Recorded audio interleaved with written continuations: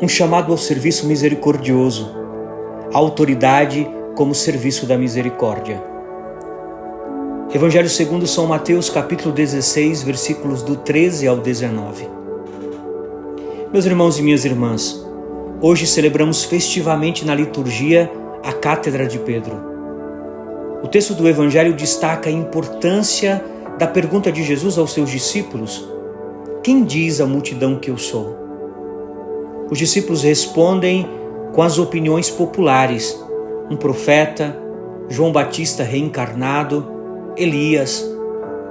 Veja que todas essas respostas são elogiosas, mas são insuficientes.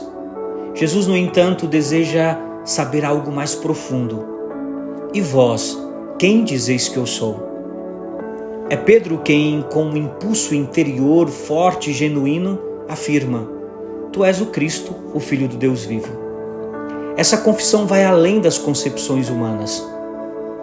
Pedro não vê Jesus apenas como um homem justo ou sábio, mas como a última resposta ao desejo mais profundo do coração humano. Cristo é aquele que dá sentido à existência, que transforma a vida de algo provisório em algo pleno e completo. A revelação de Cristo é a descoberta de si mesmo.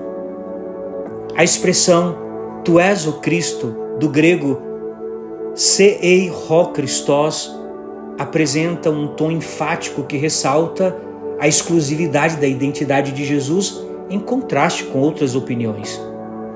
É uma afirmação ontológica que remete à essência, ou seja, não se refere a um papel futuro, mas a uma identidade essencial. Por essa razão, se observa que Pedro não vê Jesus como um simples líder terreno, mas como aquele escolhido por Deus para inaugurar o reino de Deus. Jesus reconhece que essa afirmação não nasce da compreensão humana de Pedro, mas é uma revelação divina. E assim como Pedro descobre quem é Jesus, essa experiência revela ao próprio Pedro sua verdadeira identidade e missão.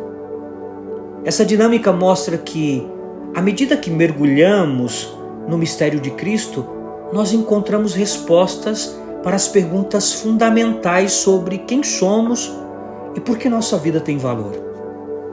Não é uma fé que aliena ou afasta do mundo, mas uma fé que dá clareza ao propósito da existência.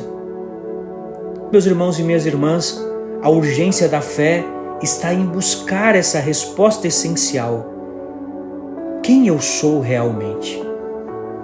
E a fé cristã proclama essa resposta quando se encontra tudo em Jesus Cristo. O Papa, como sucessor de Pedro, não é uma figura institucional apenas, mas um sinal visível de Deus na história, um sinal visível de que Deus continua agindo na história. Amar o Papa significa, antes de tudo, amar e acolher aquilo que Deus realiza através dele. A festa da Cátedra de São Pedro nos lembra que nós não podemos fazer as grandes perguntas da vida, mas que existe em Cristo uma resposta verdadeira e definitiva para nós. Buscar e acolher essa resposta é o caminho para uma vida autêntica e plena. O Evangelho de Mateus, hoje ele ressalta a entrega das chaves do reino a Pedro, um gesto que simboliza não um poder de controle, mas um chamado ao serviço misericordioso, a autoridade como serviço de misericórdia. Essa autoridade não se destina a disciplinar ou a restringir a liberdade humana, mas a preservar a liberdade de Deus em agir para salvar. Pedro, ao reconhecer Jesus como Cristo, o Filho do Deus vivo, recebeu uma autoridade que deve ser exercida com humildade em favor dos outros. O apóstolo não é elevado por mérito humano, nem sangue, nem carne, como nos diz o Evangelho, nesse capítulo 16, versículo 17, mas pela graça divina. Ele é elevado pela graça divina. E antes de se tornar um verdadeiro pastor, ele mesmo precisará passar por um doloroso processo de purificação diante da misericórdia de Deus. que é revelada em Cristo Jesus. Só assim poderá confirmar os seus irmãos na fé e tornar-se modelo do rebanho, vivendo e ensinando a esperança do Evangelho.